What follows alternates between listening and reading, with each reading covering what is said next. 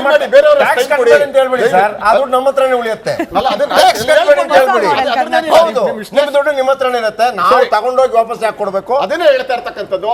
ಈಗ ನಮಗೆ ಕಳೆದ 15ನೇ ಫೈನಾನ್ಸ್ ಕಮಿಷನ್ ಅಲ್ಲಿ 48,000 ಕೋಟಿ ಲಾಸ್ ಆಗಿದೆ.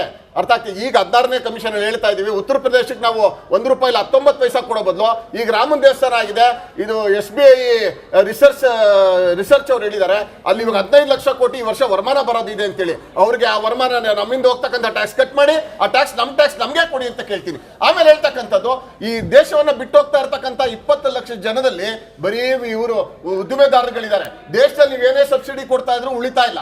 ಆಮೇಲೆ GDP ನೀವು ಹೊಸ ಮಾನದಂಡಗಳಿಗೆ ಬದಲಾಗಿ ನೋಡ್ತಾ ಇದ್ದೀರಾ. ಆಮೇಲೆ ಫಿಸಿಕಲ್ ಡೆಫಿಸಿಟ್ ಇದೆಯಲ್ಲ, ಅದು ನೀವು ಕಂಟ್ರೋಲ್ ಮಾಡೋದೇ ಒಂದು ದೊಡ್ಡ ವಿಷಯ ಮಾಡ್ಕೋಬೇಡಿ. ಇಡೀ ಪ್ರಪಂಚಕ್ಕೆ ನಾನು ಫಿಸಿಕಲ್ ಡೆಫಿಸಿಟ್ ನಾನು ಕಂಟ್ರೋಲ್ ಮಾಡ್ತಾ ಇದ್ದೀನಿ ನೋಡಿ ಅಂತೇಳಿ ಪ್ರಚಾರ ತಗೋಬೇಡಿ. ಫಿಸಿಕಲ್ ಡೆಫಿಸಿಟ್ ಬೇಕಾದ್ರೆ 8% ಹೋಗ್ಲಿ, ಆದ್ರೆ ದೇಶಕ್ಕೆ ನೀವೇನ್ ಕೊಡಬೇಕು ಬಜೆಟ್ ಅಲ್ಲಿ ಕೊಟ್ಟು ಇರ್ತಕ್ಕಂಥ ಒಂದು ಹಣನ ಜನಗಳ ಕೈಲಿ ಓಡಾಡೋ ಮಾಡಿ. ಅರ್ಥಾತ್ ಪ್ರೈವೇಟ್ ಇನ್ವೆಸ್ಟ್ಮೆಂಟ್ 25% ಇತ್ತು UPA ಗೌರ್ಮೆಂಟ್ ಇದ್ದಾಗ, ಈಗ 18-17% ಬಂದಿದೆ. ಪ್ರೈವೇಟ್ ಖಾಸಗಿ ವ್ಯಕ್ತಿಗಳು ನಮ್ಮಲ್ಲಿ ಇರ್ತಕ್ಕಂಥ ಉದ್ಯಮಿಗಳೇ ನಮ್ಮ ಮೇಲೆ ಬಂಡವಾಳ ಆಗ್ತಾ ಇಲ್ಲ. ಇದು ದುರದೃಷ್ಟಕರ. ಒಂದು 5 ಸೆಕೆಂಡ್ ಕೊಡಿ. ಮೋದಿ ಅವರು, ನಿರ್ಮಲಾ ಸೀತಾರಾಮನ್ ಅವರು ಬರೀ ಪೋಸ್ಟರ್ ಗರ್ಲು ಬಾಯ್ ಆಗೋದು ಬೇಕಾಗಿಲ್ಲ. ದಯಮಾಡಿ ಇಂಡಿಯಾಗೆ ನೀವು ಏನ್ ಮಾಡಬೇಕು ಅಂತಕ್ಕಂಥದ್ದನ್ನ ಈ ಮುಂದಿನ ಬಜೆಟ್ ಅಲ್ಲಿ ನಾನು ಹೇಳ್ತಾ ಇದ್ದೀನಿ. ಕರ್ನಾಟಕಕ್ಕೆ ವಿಶೇಷ ಪ್ಯಾಕೇಜ್ ಕೊಡಬೇಕು, ಅರ್ಥಾತ್ ಇದೆ ನಮ್ಮ ಬೇಡಿಕೆಗಳು ಈಡೇರಿಸಬೇಕು. ನೀರಾವರಿಗೆ ನೀವು ಸಾಕಷ್ಟು ಹಣ ಪರ್ಮಿಷನ್ ಕೊಡಬೇಕು. ಹಣ ಕೊಡೋದಕ್ಕೆ ನಾವು ರೆಡಿ ಇದ್ದು ನೀವು ಪರ್ಮಿಷನ್ ಕೊಡ್ತಾ ಇಲ್ಲ.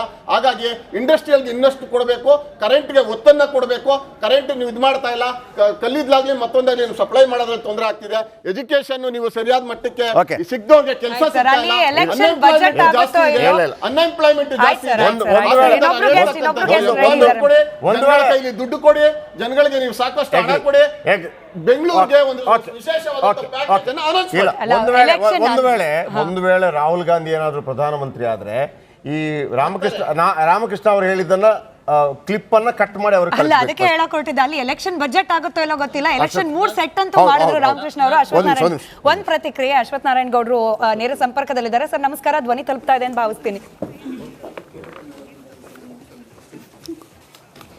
ಕೇಳಿಸ್ತಾ ಇದೆ ಮೇಡಮ್, ಹೇಳುವ ನಮಸ್ಕಾರ. ಈಗಷ್ಟೇ ಕಾಂಗ್ರೆಸ್ ವಕ್ತಾರರು ಹೇಳ್ತಾ ಇದ್ರು, ಮೋದಿ ಅವರು ಹಾಗೆ ನಿರ್ಮಲಾ ಸೀತಾರಾಮನ್ ಅವರು ಕೇವಲ ಅನೌನ್ಸ್ಮೆಂಟ್ ಹಾಗೆ ಪೋಸ್ಟರ್ ಗಳಿಗೆ ಸೀಮಿತ, ಅದು ಅನುಷ್ಠಾನದಲ್ಲಿ ಫೇಲ್ಯೂರ್ ಆಗ್ತಾ ಇದ್ದಾರೆ ಅಂತ ಹೇಳಿ.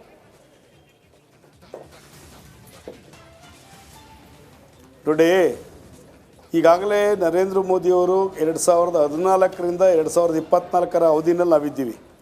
10 ವರ್ಷದಲ್ಲಿ ಕೇಂದ್ರ ಸರ್ಕಾರ ತಗೊಂಡಿರ್ತಕ್ಕಂಥ ಯೋಜನೆಗಳು ದೇಶದ ಸಮಾಜದ ಕಟ್ಟಕಡೆಯ ಮನುಷ್ಯನಿಗೆ ಕೇಂದ್ರ ಸರ್ಕಾರದ ಯೋಜನೆಗಳು ತಲುಪಿಸ್ತಾ ಇರ್ತಕ್ಕಂಥ ನಾವು ಕಣ್ಣಿಂದ ನಾವು ನೋಡಿದ್ದೀವಿ. ಅದು ಮಹಿಳೆಯರ ಸಬಲೀಕರಣ ಆಗ್ಬೋದು, ಮತ್ತು ದೇಶದ ಇನ್ಫ್ರಾಸ್ಟ್ರಕ್ಚರ್ ಬಗ್ಗೆ ಆಗ್ಬೋದು, ಕೃಷಿ ಅಗ್ರಿಕಲ್ಚರ್ ಇನ್ಫ್ರಾಸ್ಟ್ರಕ್ಚರ್ ಬಗ್ಗೆ ಆಗ್ಬೋದು. ಇವ್ರು ಹೇಳೋರು ದೇಶದಲ್ಲಿರ್ತಕ್ಕಂಥ ಕೈಗಾರಿಕೆಗಳೆಲ್ಲ ದೇಶ ಬಿಟ್ಟು ವಿದೇಶಕ್ಕೆ ಹೋಗ್ತಾ ಇದೆ ಅನ್ನತಕ್ಕಂಥದ್ದು ಇದೆಲ್ಲ ಇಲ್ಲ. ದೇಶದಲ್ಲಿ ಇವತ್ತು ನಮ್ಮ ದೇಶದ ಎಕನಾಮಿಕಲ್ ಪರಿಸ್ಥಿತಿ, ಫೈನಾನ್ಷಿಯಲ್ ಪೊಸಿಷನ್ನು ಜಗತ್ತಿನ ಬೇರೆ ಬೇರೆ ದೇಶಗಳಿಗೆ ಹೋಲಿಕೆ ಮಾಡಿಕೊಂಡಂಥ ಸಂದರ್ಭದಲ್ಲಿ ಜಾಗತಿಕ ಫೈನಾನ್ಷಿಯಲ್ ಕ್ರೈಸಿಸ್ ಅನ್ನೋಂಥದ್ದು ಒಂದು ಜಾಗತಿಕ ಸಮಸ್ಯೆ ಆಗಿದೆ. ಆದರೆ ನಮ್ಮ ದೇಶದಲ್ಲಿ ಆ ಥರದ್ದು ಸಮಸ್ಯೆ ಇಲ್ಲ. ಮುಂಚೆ ನಾವೆಲ್ಲ ಮೇಡಮ್ ಗೊತ್ತಿರಬೇಕು ನಿಮಗೆ, IMFಗೆ ನಾವು ಸಾಲ ಕೇಳೋದಕ್ಕೆ ಅರ್ಜಿ ಆಗ್ತಾಯಿದ್ವಿ, ವರ್ಲ್ಡ್ ಬ್ಯಾಂಕಲ್ಲಿ ಸಾಲ ಕೇಳಲಿಕ್ಕೆ ಅರ್ಜಿ ಆಗ್ತಾಯಿದ್ವಿ. ಇವತ್ತು ಆ ಪರಿಸ್ಥಿತಿ ಇಲ್ಲ. ದೇಶೀಯ ಬ್ಯಾಂಕ್ಗಳು, ದೇಶೀಯ ಕಂಪನಿಗಳು ಇಲ್ಲೇ ಇನ್ವೆಸ್ಟ್ ಮಾಡಿ ನಾವೇನು ಸಾಲ ಮಾಡಿದ್ದೀವಿ ಅನ್ನತಕ್ಕಂಥದ್ದು ಇಲ್ಲೇ ರೊಟೇಟ್ ಆಗುತ್ತೆ. ಇವತ್ತು 10 ಲಕ್ಷ ಕೋಟಿ ಇನ್ಫ್ರಾಸ್ಟ್ರಕ್ಚರ್ ಮೇಲೆ ಇನ್ವೆಸ್ಟ್ ಮಾಡಿರ್ತಕ್ಕಂಥದ್ದು, ಆ ಅಮೌಂಟ್ ಇಲ್ಲೇ ರಿಟರ್ನ್ಸ್ ಬರ್ತಾ ಇದೆ. ಇವತ್ತು ಯಾರೋ ಹೇಳ್ತಾಯಿದ್ರು ದೇಶದ ಎಲ್ಲ ಕಾರ್ಖಾನೆಗಳು ಬಿಟ್ಟು ದೇಶ ಬಿಟ್ಟು ಬೇರೆ ಕಡೆ ಹೋಗ್ತಾ ಇದೆ ಅಂತೇಳಿ. ದಯಮಾಡಿ 10 ಲಕ್ಷ ಕೋಟಿ ಇನ್ವೆಸ್ಟ್ ಮಾಡಿರ್ತಕ್ಕಂಥದ್ದು ಇಲ್ಲಿ ಉತ್ಪಾದನೆ ಆಗ್ತಾಯಿದೆ, ಎಂಪ್ಲಾಯ್ಮೆಂಟ್ ಕ್ರಿಯೇಟ್ ಆಗ್ತಾಯಿದೆ. ಕರ್ನಾಟಕದಲ್ಲಿ ಏರ್ಪೋರ್ಟ್ಗಳು ಎಷ್ಟಿತ್ತು, ದೇಶದಲ್ಲಿ ಏರ್ಪೋರ್ಟ್ಗಳು ಎಷ್ಟಿತ್ತು, ಇವತ್ತು ಎಷ್ಟಾಗಿದೆ. ಆರ್ಬಾರ್ಗಳು, ಪೋರ್ಟ್ಗಳು, ಮಿನಿ ಏರ್ಪೋರ್ಟ್ಗಳು. ಮಲ್ಲಿಕಾರ್ಜುನ್ ಖರ್ಗೆ 60 ವರ್ಷದಿಂದ ರಾಜಕಾರಣದಲ್ಲಿದ್ದಾರೆ.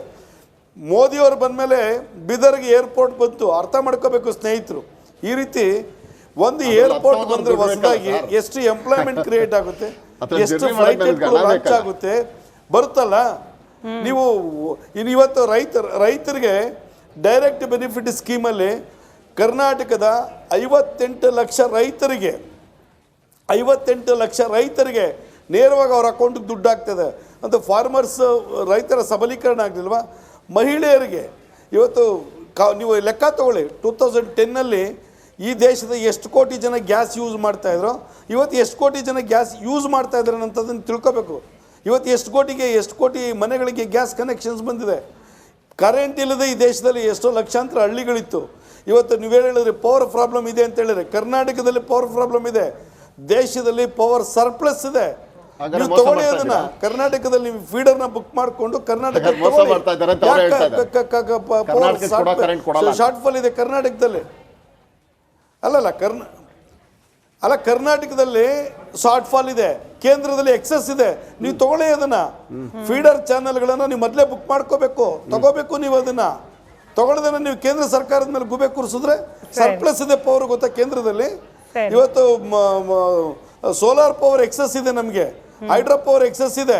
ಕರ್ನಾಟಕ ತಗೊಳ್ಳೋ ರೀತಿ ನೀತಿ ಇಲ್ಲ. ಕರ್ನಾಟಕದಿಂದ ಕೈಗಾರಿಕೆಗಳು ರಾಜ್ಯವನ್ನು ಬಿಟ್ಟು ಬೇರೆ ರಾಜ್ಯಗಳಿಗೆ ಹೋಗ್ತಾ ಇದೆ.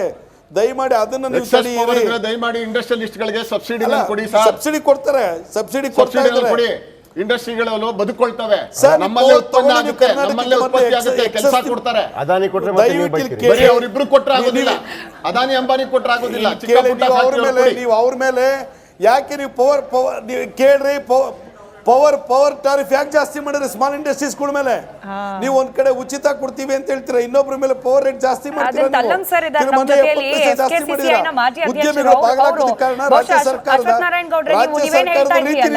ನೀವೇನ್ ಹೇಳ್ತಿದ್ರಿ ಅಲ್ಲ, ಪವರ್ ಚಾರ್ಜಸ್ ಅಲ್ಲಿ ಆಗಿರೋ ವ್ಯತ್ಯಾಸ, ಅದನ್ನ ತಲ್ಲಂ ಸರ್ ಚೆನ್ನಾಗಿ ಎಕ್ಸ್ಪ್ಲೈನ್ ಮಾಡ್ತಾರೆ. ಅವ್ರ ಉತ್ತರ ಕೊಟ್ಬಿಡ್ಲಿ ಸರ್. ಇದು ಹೇಳೋದು ಸರಿಯಾಗಿದೆ. ಯಾಕೆ ಅಂತಂತಂದ್ರೆ ಈ ಇನ್ಪುಟ್ ಕಾಸ್ಟ್ ಎಲ್ಲ ನಾನು ಪದೇ ಜಾಸ್ತಿ ಆಗ್ತಾನೆ ಇದೆ. ರಾ ಮೆಟೀರಿಯಲ್ಸ್ ಜಾಸ್ತಿ ಆಗ್ತದೆ. ರಾ ಮೆಟೀರಿಯಲ್ಸ್ ಅಂತೂ ಬಾಯಿ ಮಾತಾಡೋದಕ್ಕೆ ಇಲ್ಲ ಅದು. ಯಾಕಂದ್ರೆ ಸ್ಟೀಲು 40-45 ರೂಪಾಯಿ ಇದ್ದದ್ದು 100 ರೂಪಾಯಿವರೆಗೂ ಹೋಯ್ತು. ನಮ್ಮಲ್ಲಿ ಮಾಡಬೇಕು ಅಂದ್ರೆ ಏನಾಗುತ್ತೆ, ನಾವು ಇವಾಗ ಇನ್ನೊಬ್ಬರು ಸಪ್ಲೈ ಮಾಡ್ತೀವಿ. ಆ ಸಪ್ಲೈ ಮಾಡಿದಾಗ ಅವ್ರು ನಮಗೆ ರಿವಿಷನ್ ಕೊಡಬೇಕು ಅಂತಂದರೆ 6 ತಿಂಗಳು ತೊಗೊತಾರೆ. ಅಲ್ಲಿವರೆಗೂ ನಾವೇನು ಮಾಡಬೇಕು? ಬ್ಯಾಂಕಿಂದ ಸಿಗೋದಿಲ್ಲ, ಬ್ಯಾಂಕಲ್ಲಿ ಕೊಟ್ಟರೆ ಜಾಸ್ತಿ ಬಡ್ಡಿ ಕೊಡಬೇಕು. ಈ ಥರ ಆಗ್ತಿರೋದ್ರಿಂದ ಸರಿಯಾಗಿ ಆಗ್ತಾ ಇಲ್ಲ ಅದು. ಅದನ್ನು ಪರಿಶೀಲನೆ ಮಾಡಬೇಕು. ಮತ್ತೆ ಅವರು ಉತ್ತೇಜನ ಕೊಡಬೇಕು ಅಂದರೆ ಸಪ್ರೇಟಾಗಿ ಮಾಡಿ, ಸ್ಮಾಲ್ ಫ್ಯಾಕ್ಟ್ರಿ ಬಿಲ್ ಅಂತ ಮಾಡಿ MSMEಗೆ ಬೇರೆ ಕಾನೂನುಗಳನ್ನ ತಂದರೆ ಮಾತ್ರ ಅದು ಸಾಧ್ಯ. ಸುಮ್ಮನೆ ಇಲ್ದಾರೆ ಎಲ್ಲರೂ ನಾವಿಲ್ಲಿ ಮಾತಾಡ್ತೀವಿ, ಹೊರಟೋಗ್ಬಿಡ್ತೀವಿ, ಮತ್ತೆ ನಾವು ಅದನ್ನು ಅನುಭವಿಸ್ತಾ ಇದ್ದೀವಿ. ಸರ್ ಒಂದು ಹೇಳ್ತೀನಿ ಕೇಳಿ, ಈ ಒಂದು ಫಾರ್ಮೇಟಿವ್ ಸ್ಟೇಜಲ್ಲಿ ಅಂದರೆ ಯಾವಾಗ ನೀವು ಪಾಲಿಸಿ ಮಾಡ್ತೀರೋ ಆವಾಗ ನಮ್ಮ ಸಲಹೆ ತಗೊಂಡು ಅದನ್ನು ನೀವು ಅಳವಡಿಸ್ಕೊಂಡ್ರೆ ಮಾತ್ರ ಸಾಧ್ಯ. ಅದಾದ ಮೇಲೆ ಕೋರ್ಟು ಕಚೇರಿ ಖರ್ಚು ಮಾಡೋಂಥ ದುಡ್ಡು ನಮ್ಮಲ್ಲಿಲ್ಲ. ಅದಕ್ಕೆ ಭಾಳ ಜನ ಹೇಳ್ತಿರೋದು, ನಾವು ಫ್ಯಾಕ್ಟ್ರಿಗಳನ್ನ ಮುಚ್ತೀವಿ ನಾವು, ಅಥವಾ ಪಕ್ಕದ ಒಂದು ಸ್ಟೇಟ್ಗೆ ವಲಸೆ ಹೋಗ್ತೀವಿ ಅಂತ ಅಂದ್ಬಿಟ್ಟು. ಅವ್ರು ಹೇಳ್ದಂಗೆ ಎಲ್ಲರನ್ನು ಬೇರೆ ದೇಶಕ್ಕೆ ಹೋಗೋಕ್ಕಾಗಲ್ಲ, ನಮಗೇನು ಹೋಗೋಕ್ಕೆ ಸಾಧ್ಯ ಇಲ್ಲ. MSME ಸೆಕ್ಟ್ರಲ್ಲಿ ಏನಾಗ್ತದೆ, ಪಕ್ಕದಲ್ಲಿ ಯಾವ್ದಾದ್ರು ಹತ್ತಿರದಲ್ಲಿದ್ದ ಅಂತಂದರೆ ಅಲ್ಲಿಗೆ ಹೋಗ್ತೀವಿ. ಹೊಸೂರಿದೆ, ಅಲ್ಲಿಗೆ ವಿ ಕ್ಯಾನ್ ಮೈಗ್ರೇಟ್. ಇದು ಆಗದಂತೆ ನೋಡ್ಕೋಬೇಕು. ಯಾಕಂತಂದರೆ ಬುದ್ಧಿಮೆ ಕೊಡ್ತಿರೋದೇ ನಾವು. ಎಲ್ಲದಕ್ಕೂ ಇನ್ಪುಟ್ಸ್ ನೀವು ಜಾಸ್ತಿ ಮಾಡ್ತಾ ಇದ್ದ ಅಂತಂದರೆ ಟ್ಯಾಕ್ಸ್ ಕೊಡ್ತಿದ್ದೀವಿ ನಾವು, GST ಕೊಡ್ತೀವಿ, ಇನ್ಕಮ್ ಟ್ಯಾಕ್ಸ್ ಕೊಡ್ತೀವಿ, ಎಲ್ಲ ಟ್ಯಾಕ್ಸು ಕೊಡ್ತೀವಿ. ತಿರ್ಗಾ ಮತ್ತೆ ನಮ್ಮ ಹತ್ರನೇ ನೀವು ಜಾಸ್ತಿ ಮಾಡಿದ್ರೆ ಏನಾಗುತ್ತೆ? ಪ್ರಯೋಜನ ಇಲ್ಲ. ಸರ್, ನೀವು ವಲಸೆ ಅಂದಾಗ ನಂಗೆ ಇನ್ನೊಂದು ಪ್ರತಿ ಬಾರಿ ಫೈನಾನ್ಸ್ ಕಮಿಷನ್ ಒಂದು ಲೆಟರ್ ಮಾಡಿ ಸರ್. ಆಯ್ತು ಸರ್, 16 ಫೈನಾನ್ಸ್ ಕಮಿಷನ್ಗೆ ಅರವಿಂದ್ ಪನಗಾರಿಯಾ ಬರ್ತಾ ಇದ್ದಾರೆ. ನಿಮ್ಮ ಡೌಟ್ ಕರೆಕ್ಟ್ ಆಗಿದೆ, ಅದಕ್ಕೆ ಅವ್ರಿಗೆ ಒಂದು ಲೆಟರ್ ಬರೀರಿ. ನೆಕ್ಸ್ಟ್ ದುಡ್ಡು ಜಾಸ್ತಿ ಪ್ರತಿ ಬಾರಿ ಕೂಡ ಡಿಸ್ಕಸ್ ಆಗುತ್ತೆ. ಸಿಟಿ ಸೆಂಟ್ರಿಕ್ ಅಲ್ಲಿ ಸ್ಟಾರ್ಟ್ಅಪ್ ಗಳಿಗೆ, MSME ಗಳಿಗೆ ಆಯ್ತು ಉತ್ತೇಜನ ಆಗಬೇಕಾಗಿರೋದು ಆಕ್ಚುಲಿ 2ನೇ ಹಾಗೆ 3ನೇ ಹಂತದಲ್ಲಿರ್ತಕ್ಕಂಥ ಸಿಟಿಗಳಿಗೆ, 2 ಟೈರ್ 3 ಟೈರ್ ಸಿಟಿಗಳಿಗೆ ಅಲ್ಲಿರೋ ಸಮಸ್ಯೆಗಳು, ಅದನ್ನ ಬಜೆಟ್ ಅಡ್ರೆಸ್ ಮಾಡೋದು ಎಷ್ಟು ಇಂಪಾರ್ಟೆಂಟ್ ಇದೆ. ಯಾಕೆ ಅಂತಂದ್ರೆ basically this is been discuss 10 ವರ್ಷದಿಂದ 15 ವರ್ಷದಿಂದ ಡಿಸ್ಕಸ್ ಮಾಡ್ತಾ ಇದೀವಿ. ನೀವು ಮೈಗ್ರೇಟ್ ಮಾಡಬೇಕಂದ್ರೆ ಅಲ್ಲಿ ನಿಮಗೆ ಇನ್ಫ್ರಾಸ್ಟ್ರಕ್ಚರ್ ಕೊಡಬೇಕು. ಮೈಕ್ರೋ ಮತ್ತು ಮ್ಯಾಕ್ರೋ ಲೆವೆಲ್ ಇನ್ಫ್ರಾಸ್ಟ್ರಕ್ಚರ್ ಕೊಟ್ಟರೆ ಪರವಾಗಿಲ್ಲ. ಒಂದು ಇಂಡಸ್ಟ್ರಿಯಲ್ ಎಸ್ಟೇಟ್ ಮಾಡ್ಬಿಟ್ಟು ಅದಕ್ಕೆ ಅಪ್ರೋಚ್ ಮಾಡಕ್ಕೆ ರೋಡೇ ಇಲ್ಲದೆ ಹೋದ್ರೆ ಏನು ಮಾಡ್ತಾನೆ ಸರ್? ಸ್ಟಿಲ್ ಇವತ್ತು ಪೀಣ್ಯದಲ್ಲಿ ರಸ್ತೆಗಳೇ ಸರಿ. ನೀವು ಯಾಕೆ ಸರ್ ಪೀಣ್ಯದ ನಾನು ಎಸ್ಟೇಟ್ ಎಲ್ಲ ಹೇಳ್ತೀನಿ ಕೇಳಿ. ನಾನು ಕೊಡ್ತಿರೋ ಒಂದು ತೆರಿಗೆಗೆ ನಾನೇ ಅದನ್ನು ಅಲ್ಲಿ ಉಪಯೋಗಿಸ್ಕೊಂಡಿದ್ದ ಅಂತ ನಾನು ಬೇಕಾದಷ್ಟು ಮಾಡ್ತಾ ಇದ್ದೆ. ಈ ಗೌರ್ಮೆಂಟ್ ಇಂಡಸ್ಟ್ರಿಯಲ್ ಎಸ್ಟೇಟ್ಸ್ನ ನೋಡಬೇಡಿ, ಅದಿರೋದು 5% ಮಾತ್ರ. 95% ಪ್ರೈವೇಟ್ ಇಂಡಸ್ಟ್ರಿಯಲ್ ಎಸ್ಟೇಟಲ್ಲಿದೆ. ಒಂದು ರೋಡ್ ಕನೆಕ್ಷನ್ ಇಲ್ಲ, ಒಂದು ಸ್ಯೂಯೇಜ್ ಇಲ್ಲ, ಎಲೆಕ್ಟ್ರಿಸಿಟಿ ಇಲ್ಲ, ವಾಟರ್ ಕನೆಕ್ಷನ್ ಇಲ್ಲ. ಈ ಥರದ ಪರಿಸ್ಥಿತಿಯಲ್ಲಿ ನಾವಿದ್ದೀವಿ. ಅದನ್ನ ಯಾವ ಗೌರ್ಮೆಂಟ್, ಸೆಂಟ್ರಲ್ ಗೌರ್ಮೆಂಟ್ ಆಗಲಿ, ಸ್ಟೇಟ್ ಗೌರ್ಮೆಂಟ್ ಆಗಲಿ, ನಿರುದ್ಯೋಗ ಸಮಸ್ಯೆ ಆಟೋಮೇಷನ್, ಆರ್ಟಿಫಿಷಿಯಲ್ ಇಂಟೆಲಿಜೆನ್ಸ್ ಇಂದ ಕಾರಣ ಅಂತೀರಾ? ಮೋದಿ ಗೌರ್ಮೆಂಟ್ ಹೊಣೆ ಅಂತೀರಾ? ಅಲ್ಲಲ್ಲ, ನಾನು ಅವ್ರು ಗವರ್ಮೆಂಟ್ ಜಾಸ್ತಿ ಹೇಳೋದಿಲ್ಲ ಆಗ್ಬಿಟ್ಟಿದೆ. ಸರ್. ನಾನು ಹೇಳ್ತೀನಿ ಕೇಳಿ. ಯಾರಿಗೂ ಕೆಲಸ ಸಿಗ್ತಾ ಇಲ್ಲ, ಆದ್ರೆ ಆಟೋಮೇಷನ್ ಮತ್ತೆ ಆರ್ಟಿಫಿಷಿಯಲ್ ಇಂಟೆಲಿಜೆನ್ಸ್ ಒಳಗೆ ತಂದಿಟ್ಬಿಟ್ಟು ಯಾಕೆ ನಮಗೆ ಅಂದ್ರೆ- ಕೆಲಸ ಇಲ್ಲ. ಸರ್, ಸರ್, ಆಗಲ್ಲ. ನಿರುದ್ಯೋಗ 43% ಇದೆ ಸರ್. ನಿರುದ್ಯೋಗ 43% ಇದೆ. ಸರ್, ಬರೀ- ಪಾಪ ನಿಮ್ಮಂತವ್ರು ಕೆಲಸ ಕೊಡ್ತೀವಿ ಅಂದ್ರೂ ಕೇಂದ್ರ ಸರ್ಕಾರ ಸಬ್ಸಿಡಿ ಕೊಡಲ್ಲ, ಸರ್, ಸಾಕಷ್ಟು ಲೋನ್ ಬರೀ ಕೊಡಲ್ಲ. ಟೆಕ್ನಾಲಜಿಕಲ್ ಈ ತರ ಇದ್ದಾಗ ಈ ದೇಶ ಅಡ್ವಾನ್ಸ್ಮೆಂಟ್ ಹೇಗೆ ಸರ್ ಮುಂದುವರಿಯೋದು? ಟೆಕ್ನಾಲಜಿಕಲ್ ಅಂದ್ರೆ- ಅಡ್ವಾನ್ಸ್ಮೆಂಟ್ ಅವಶ್ಯಕತೆ. ಸರಿ, ಅಲ್ಲಲ್ಲ, ಈ ಕಂಪ್ಯೂಟರ್ ಬಂದಾಗಲೂ ಕೂಡ ನಾವೇ ಕೆಲಸ ತಂದಿದ್ದು. ಹೌದು, ಕಂಪ್ಯೂಟರ್ಗಳು ಬಂದಾಗಲೂ ಕೆಲಸ ಕಡಿತಾ ಇತ್ತು. ಅದಕ್ಕೆ ಕಡಿತಾ ಆಗಿಲ್ಲ. ಯಾರು ಹೇಳಿದ್ ನಿಮ್ಗೆ?